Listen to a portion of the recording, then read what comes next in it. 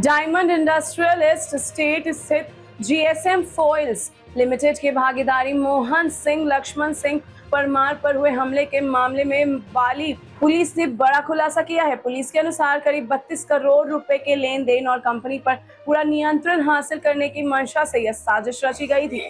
मामले में मुख्य साजिशकर्ता सागर गिरीश भानुशाली समेत कुल 7 आरोपियों को गिरफ्तार किया गया है। जांच में सामने आया कि सागर भानुशाली को शेयर बाजार में भारी नुकसान पहुंचा था और वह आर्थिक संकट में था। आरोप है कि यदि मोहन सिंह परमार की मृत्यु हो जाती तो करोड़ों रुपए लौटाने की जिम्मेदारी समाप्त हो जाती और कंपनी पर पूरा नियंत्रण मिल सकता था। पुलिस ने तकनीकी विश्लेषण, सीसीटीवी फुटेज, सीडीआर और गुप्त सूचना के आधार पर उत्तर प्रदेश में छिपे आरोपियों का पता लगाया। विशेष टीम ने कार्रवाई करते हुए मनोज मूलचंद ठठेरा और सुजीत देवेंद्र भाई पांडे को उत्तर प्रदेश से गिरफ्तार किया। घायल मोहन सिंह परमार का अस्पताल में सफल उपचार हुआ और उनकी हालत अब स्थिर बताई जा रही है।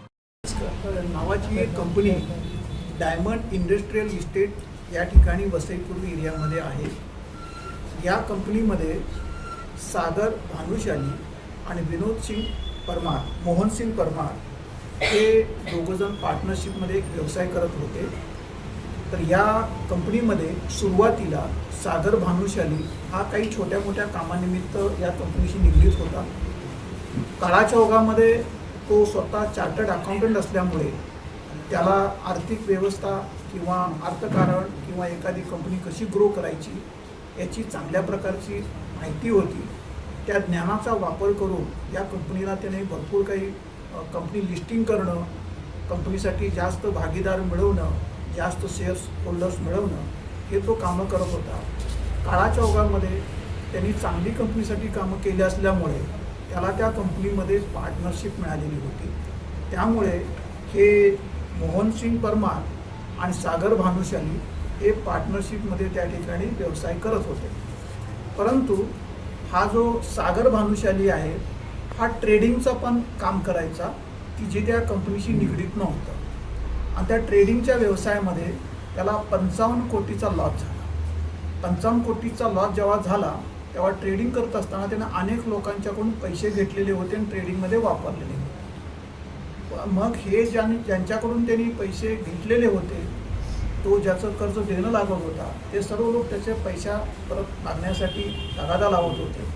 त्यामुळे त्यांनी या मोहन सिंग परमार यांच्याकडे एक प्रस्ताव ठेवला की कारण का हा जो नवीन सागर भानुशाली आहे हा नवीनच त्या कंपनीमध्ये जॉईन झालेला होता, त्यामुळे त्याला त्याचे शेअर्स विकता येत नव्हते। म्हणून त्यांनी मोहन सिंग परमारना सांगितलं की तुम्ही तुमच्या नावाचे शेअर्स विकले, हे जे पैसे येतील परत 6 महिन्यानंतर जेव्हा मी शेअर्स विकणार तेव्हा तुमचे व्याजासहित पैसे परत करतो। या अटीवरती त्यांनी कंपनीसाठी चांगलं काम केलं असल्यामुळे कंपनी ग्रो करण्यासाठी मोहन सिंगनी त्याच्या बोलण्यावरती विश्वास ठेवला आणि त्याला स्वतःचे शेअर्स विकून 32 कोटी मिळवून दिले।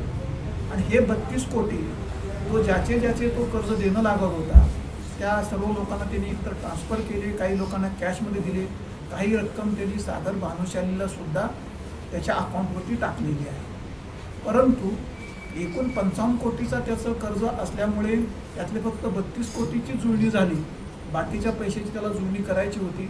अनेक लोक त्याच्या मागं लागलेले होते पैसा काढण्यासाठी आणि सागर भानुशालीच्या म्हणण्याप्रमाणे सागर भानुशाली ह्या कंपनीचा मुख्य चेहरा होता आणि त्या चेहऱ्याकडे बघूनच त्या कंपनीमध्ये लोक इन्व्हेस्टमेंट करत होते। म्हणून त्याला मनामध्ये असा मोह निर्माण झाला, आता जे पैसे त्यांनी शेअर्स काढलेले आहेत मोहन सिंग परमारने ते 32 कोटी, ते याला जर आपण मारलं किंवा याला जर संपवून टाकलं तर हे 32 कोटी त्याला परत द्यायची गरज नाही आणि बाकीचे त्याचे शेअर्स त्या कंपनीमध्ये तसेच होते आणि ते कंपनीचा चेहरा पण हा सागर भानुशालीच होता।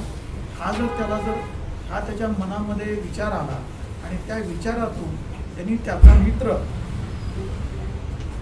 ज्याचं नाव आहे विजय कुमार प्रजापत विश्वकर्मा याचे पण तो पैसे सागर भानुशाली देणं लागत होता। तर त्याच्याबरोबर त्यांनी प्लॅनिंग केलं आणि ह्या सगळ्यांच्या डोक्यात एक विचार आला तर याला मारायचं कसं, तर ते मारण्यासाठी पिस्तल लागतं, शूटर्स लागतात। यासाठी त्यांनी उत्तर प्रदेशला गेले, त्या ठिकाणी जाऊन पिस्तलची व्यवस्था केली, त्याचबरोबर तिथून शूटर पण अरेंजित केले. हे शूटर्स त्यांनी मुंबईला बोलवले. हे मुंबईमध्ये त्यांना काही ठिकाणी वास्तव्याची जागा पण दिली. त्याचबरोबर या सागर भानुशालीनी त्यांना या मोहनसिंग परमारची इंडस्ट्रियल जी कंपनी आहे, ज्या कंपनीमध्ये तो स्वतःही भागीदार आहे, त्या कंपनीचं ठिकाण दाखवलं आणि त्याचं बाहेर येण्या जाण्याचा जो काही मार्ग आहे किंवा कंपनीतून तो कधी बाहेर पडतो ही सगळी त्याला इत्थंभूत माहिती दिली.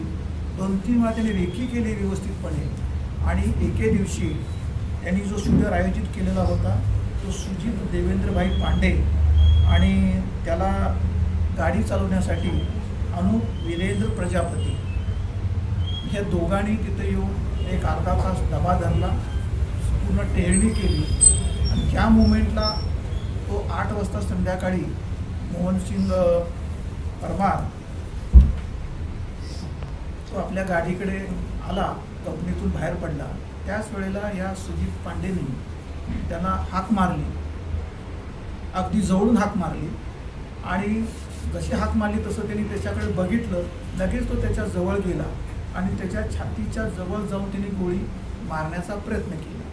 एकंदरीत तेव्हा जी काही हालचाल झाली तेव्हा ती गोळी छातीला बसली नाही, ती छातीच्या बाजूला बसली. परंतु दुसरी तो गोळी जेव्हा मारू लागला तेव्हा पिस्टल ब्लॉक झालं.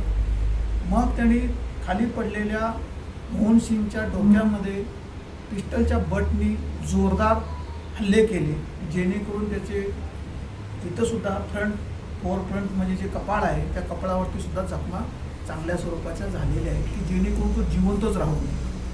परंतु ही जी गोळी आहे ती गोळी आरपार शरीरातून बाहेर पडलेली नव्हती.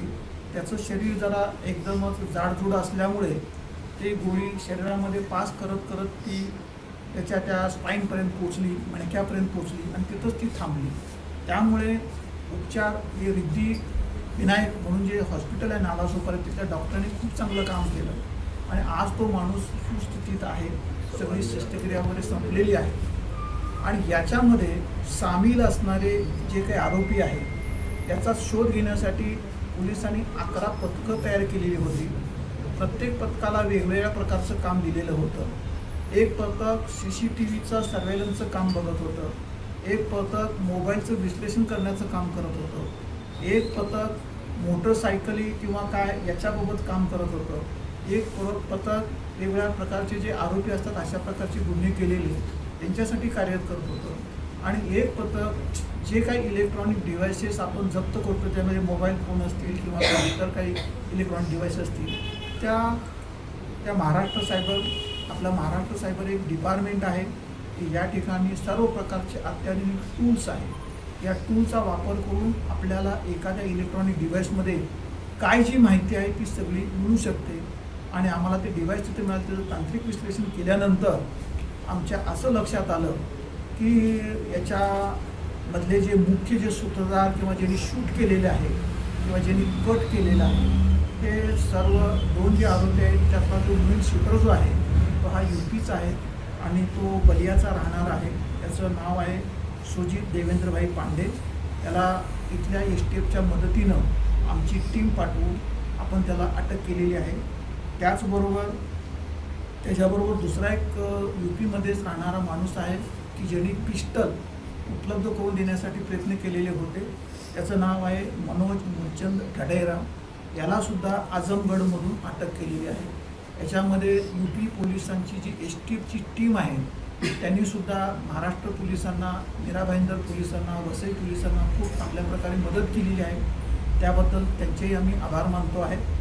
आणि अशा प्रकारे या गुन्ह्यातील 6 आरोपी आम्ही आत्तापर्यंत अटक केलेले आहेत आणि बाकीचा जो पुरावा आहे किंवा ह्यांनी कट कुठे रचला, गाडी कुठे सोडली, गाडी सध्या कुठे आहे किंवा पिस्टल कुठं आहे, निश्चितपणे ह्या सगळ्या गोष्टी तपासात निष्पन्न होतील.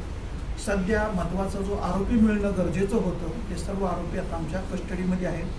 या आरोपींची समोरासमोर चौकशी करून त्याचबरोबर तांत्रिक विश्लेषणाच्या आधारे जी माहिती आमच्या पुढे आलेली आहे त्याचा अभ्यास करून निश्चितपणे या आरोपींच्यावरती काळाच्या ओघामध्ये किंवा आणखी जर कोण आरोपी ह्यात निष्पन्न होत असतील तर त्यांच्यावरती सुद्धा आम्ही कारवाई करणार आहोत आणि अशा प्रकारे या गुन्ह्याचा छडा पूर्णपणे लागलेला आहे. सर ही याच्यामध्ये- सुपारी कोणाला दिली होती, काय म्हणजे त्यांचं बॅकग्राऊंड काय आहे ज्यांना सुपारी दिली होती? ज्याला नाही सुपारी कोणत्या गँगशी वगैरे संबंधित आहेत का? सागर भानुशालीनेच ही सगळी योजना या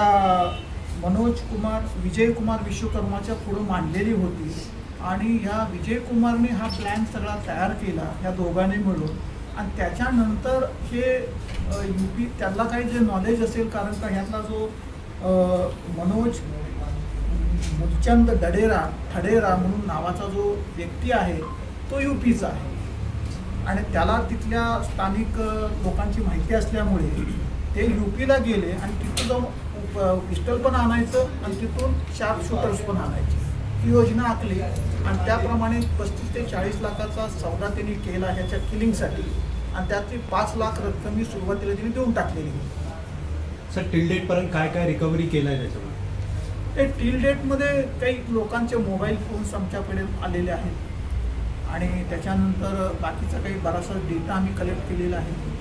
त्याचबरोबर वेगवेगळ्या संबंधित लोकांचे आम्ही जे काही विचारपूस करून आपले स्टेटमेंट रेकॉर्ड केलेले आहे आणि त्याच्या आधारावरतीच आम्हाला हा पुढचा क्लीन मिळाला. सर यामध्ये अजूनही काही आरोपी आहे का?